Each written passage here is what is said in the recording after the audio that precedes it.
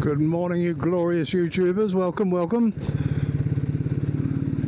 You will be familiar with where I'm going if you've watched any of my videos in the past. I'm just going past Haslar Hospital, and I think that's the same people I did my test with. And I thought I'd take you initially along the beach, down as far as halfway along Lee, and then come off before we get to Hillhead to go out to Fareham and then on up to Butser Hill. I'm going up there for my lunch. It's a pleasant place to be. Got an itch. That's better. I had an itchy nose. So, not a bad day today. It's a little bit chilly, but nothing to write home about. I'm thankful that this road is open again now, because it's been closed for about a month, and it makes getting down to the beaches a bit boring, because this is a much better way.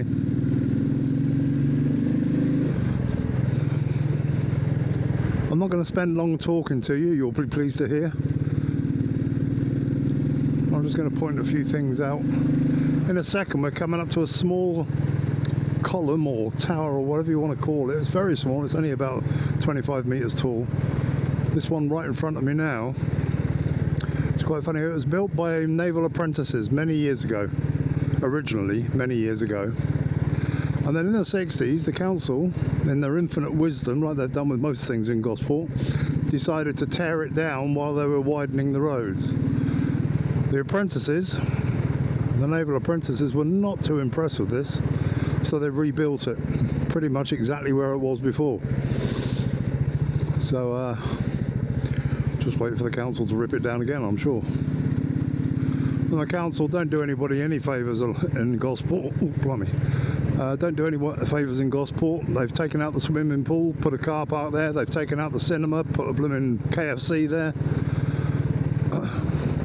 We've had a blooming theatre, come bingo hall, come whatever you want to blooming call it, laying dormant for several years now, but still is no closer to actually being redeveloped into a proper theatre, come cinema, come entertainment venue. So yeah, they're not exactly forward. In fact, they're very backwards in coming forward with things, and they'll only tell us, well, we've got no money. That's because you keep spending it on ridiculous things we don't need, and not on the stuff that we do need. But hey ho, that's councils for you. That's my little rant out of the way. Again, those of you that know my videos will know that I'm just coming upon the road that leads down to the gaffer's hut. One thing I haven't mentioned, and I really should have done a long time ago, for several weeks now, every Tuesday morning at 10:30, I and several veterans that live in Gosport, mostly naval veterans, gather together to meet up at the cafe at the end of that end of Stokes Bay. I can never remember the name of the cafe. And we go for a little walk along the prom, and it's exactly 1 mile there and 1 mile back. So just a nice little gentle stroll, nothing serious, having a natter, and just enjoying the walk. So if any of you veterans out there that live in the area, the local area, then come and join us, 10:30, Tuesday mornings, weather permitting. Obviously we're all too old to be going out in the blooming snow and the rain, but we'll see. But the weather's been half decent to us recently, so hopefully Tuesday, we'll be fit as fiddles and ready to rock and roll. And there's all sorts there. There's all sorts. We've got medics, we've got submariners, we've got battleship people, and a couple of army from different parts of the army, medics again, infantry, myself, and so on and so forth. So we've all got something in common, serving the greater good, so to speak. So yeah, do come along. The more the merrier. We've got about 15, sometimes 20 people turning up at the moment. which is good on a regular basis. So that was Stokes Bay. This is the cafe just here in front of me. You can probably see it next to the fort.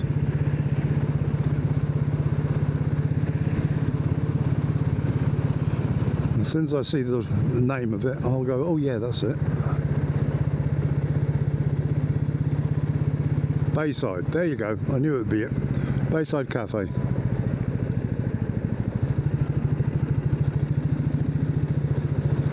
So that was Stokes Bay. We're going to go on to Lee, and I'll cut straight to that in a second. But in the meantime, I'm going to go quiet. Hurrah! And head off to Butser Hill. And in the meantime, I'm going to be putting in the Ducati motorbike history. I've often had a penchant for Ducatis. I love the noise. I love the look of them. I don't know how reliable or anything. I've never had one, so I'm sure there's somebody's going to tell me that they're either reliable or not. But anyway, that's me going quiet now.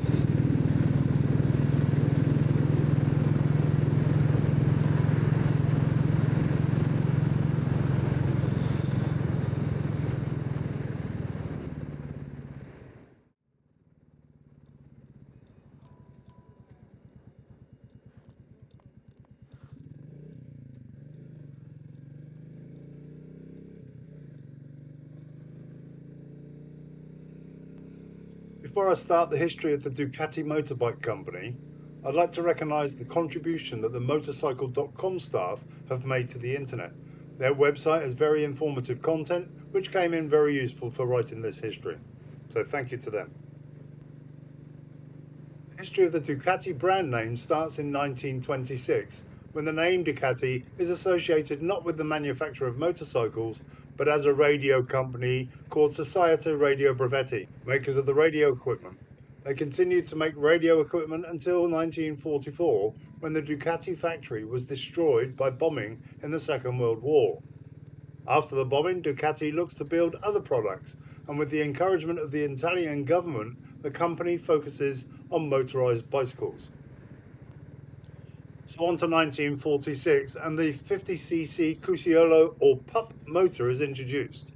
Although the motor is not a Ducati design, over the next few years Ducati improved, and eventually it grew to 60, 65, 98 and finally 125cc, and in 1950 the 65cc Sport Edition was released.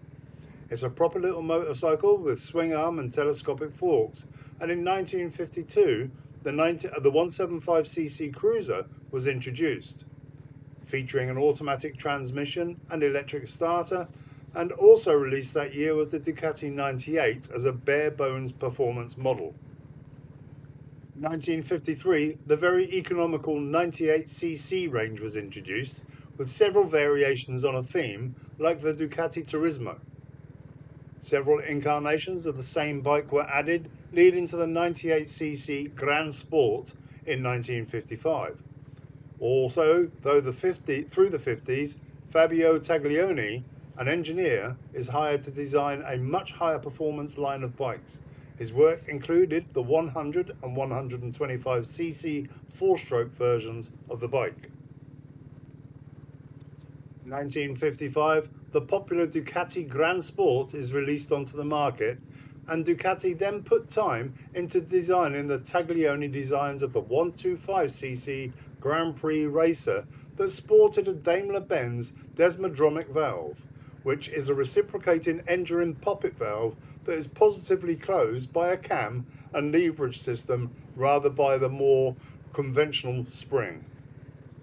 Gizmo Ducati is reliable to a then shockingly 15,000 revs per minute, and Gianni Degliantoni laps the field of the Swedish GP. Sadly, he is killed before the next race. His death was a huge setback for the Ducati racing effort. In 1957, Ducati debuts the Taurus 274, a four-stroke motorcycle, and in 1958 Ducatis finished second and third in the 125cc World Championship. Only an injury to Bruno Spaghieri allowed Carlo Ubiali to win again in the MV Augusta in 1960. The popular twin-cylinder 250cc is released and is basically a fusion of two 125 Grand Prix motors, known as the Grand Prix model production bike. In 1961, the Scrambler is released to mainly appeal to the American market and was produced at the assistance of the Berlin brothers, who were the US importers. In 1963, again at the insistence of the Americans, Taglioni designs the Harley beater Apollo. It features a huge 1257cc V4 engine. However, no tyres can handle the power and torque from the very powerful engine of that time, so the Apollo was never launched. 1965 saw the release of the classic Mark I 250cc. It features a rare 5-speed gearbox and plenty of sporty features. The Mark III series of the same bike was unleashed in 1968 in a 250cc, 350cc and 450cc variation. Although that year the 250cc and 350cc versions of the Scrambler appear with the wide casing engines. Then in 1969 the 450 single appears and production models are available with Desmo valve actuation. In 1970, the Taglioni grasped two 250cc top ends together to create a 90-degree V-twin 500cc Grand Prix racer. And in 1971, the Ducati 750cc Gran Turismo makes its debut. The bike featured a twin-cylinder engine with a 90-degree configuration known as an L-twin. A 6-speed was added to the gearbox to help optimize the engine, but the gearbox and electrical equipment were very troublesome. In 1972, Paul Smart wins the Imola 200-mile race on a Desmo version of the 750. Then 2 years later, in 1974, the 750 SS is released and a road-going version of Smart's Racer. Moving on to 1978, the 900 Super Sport is released, and Mike Howard comes out of retirement and rides it to victory in the TT Formula 1 class at the Isle of Man. And in 1979, the 900 MHR is released, a replica of Howard's 900 SS.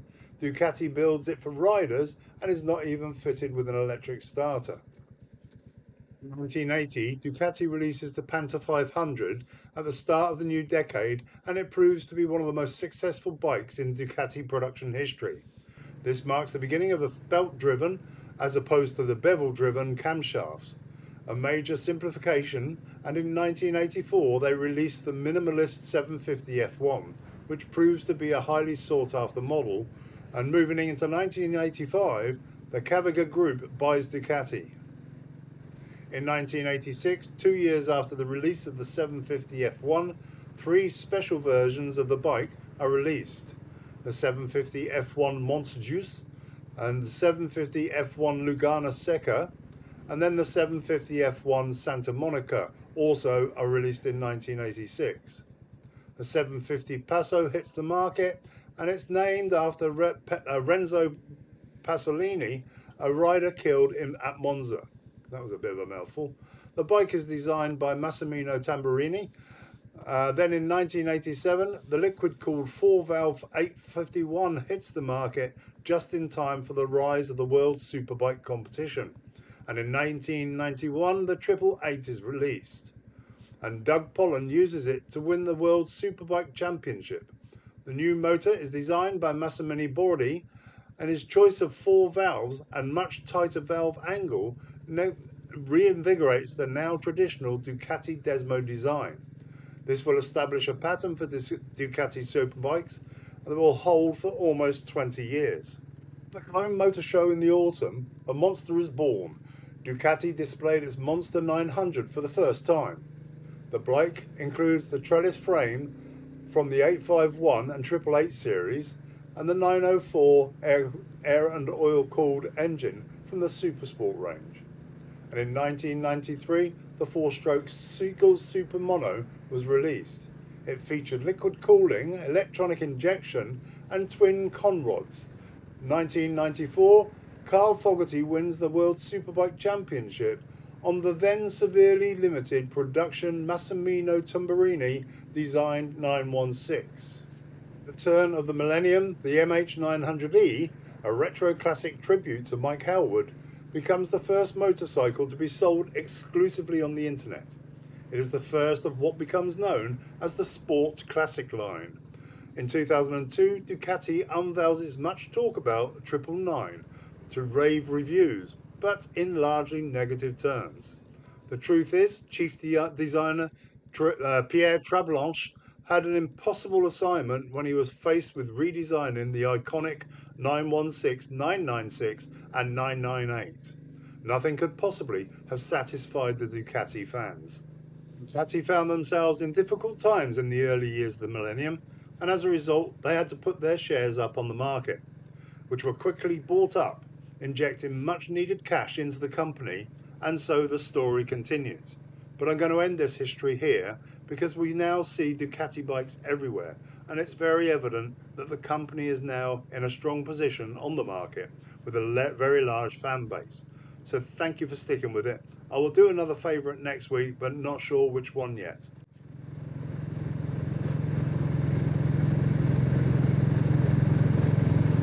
Well, that's it for this week. Thank you very much for watching. Until next time, be safe, get home safe, and just enjoy yourself. Why not?